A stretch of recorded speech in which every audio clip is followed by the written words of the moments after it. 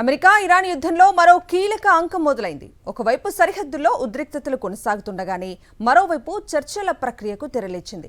Iran విదేశాంగ మంత్రి అబ్బాస్ అరాక్చి పాకిస్తాన్ చేరుకుంటుండటంతో చర్చలపై సర్వత్రా ఆసక్తి నెలకొంది. అయితే అటు చర్చల గురించి మాట్లాడుతూనే ఇటు పెంటగాన్ చీఫ్ మాక్సిమం వయలెన్స్ అంటూ సంచలన వ్యాఖ్యలు చేశారు. అటు లెబనాన్లో కాల్పుల విరమణ పొడిగించినా పరిస్థితులు మాత్రం అదుపులోకి రావటం లేదు. దీనిపై ప్రత్యేక కథనం.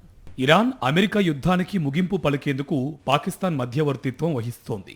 ఇరాన్ విదేశాంగ మంత్రి అబ్బాస్ అరాక్చి నేతృత్వంలోని బృందం ఇస్లామాబాద్ చేరుకుంటుంది. అగ్రరాజ్యంతో రెండో విడత చర్చలు జరపడమే లక్ష్యంగా ఈ పర్యటన సాగుతుంది.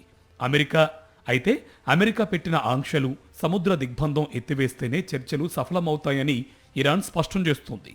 ఇక అమెరికా రక్షణ మంత్రి పీట్ హెగ్సేత్ వ్యాఖ్యలు ఇప్పుడు ప్రపంచవ్యాప్తంగా దుమారం రేపుతున్నాయి. తనను తాను సెక్రటరీ ఆఫ్ వార్గా అభివర్ణించుకున్న హెగ్సేత్ శత్రువులపై అత్యంత తీవ్రమైన హింసను ప్రయోగించడమే తమ సైన్య విధి అని తేల్చి చెప్పారు. శాంతి చర్చల గురించి మిత్రదేశాలు చేస్తున్న ప్రయత్నాలను ఆయన కొట్టిపారేశారు.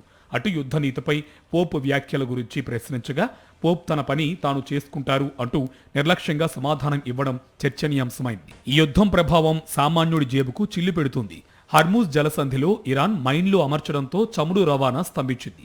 దీంతో బ్రెంట్ క్రూడాయిల్ ధర బ్యారెల్కు $107కు చేరుకుంది. అమెరికాలో కూడా గ్యాసోలిన్ ధరలు పెరగడంతో ట్రంప్ ప్రభుత్వంపై దేశీయంగా ఒత్తిడి పెరుగుతుంది. మరోవైపు లెబనాన్లో కాల్పుల విరమణ పొడిగింపు కేవలం కాగితాలకే పరిమితమైంది. దక్షిణ లెబనాన్లో ఇజ్రాయెల్ దాడులు కొనసాగుతూనే ఉన్నాయి. ఈ ఘర్షణల్లో గాయపడిన ఇండోనేషియాకు చెందిన ఐక్యరాజ్య సమితి శాంతి పరిరక్షకుడు మృతి చెందడం పరిస్థితి తీవ్రతకు అద్దం పడుతుంది.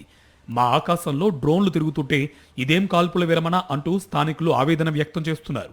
అటు ఇస్లామాబాద్లో చర్చలు, ఇటు సరిహద్దుల్లో దాడులు వెరసి పశ్చిమాసియా భవిష్యత్తు ఇప్పుడు సందిగ్ధంలో పడింది. ఇరాన్ ప్రతినిధుల పర్యటనతోనైనా యుద్ధానికి ఫుల్ స్టాప్ పడుతుందో లేదో వేచి చూడాలి.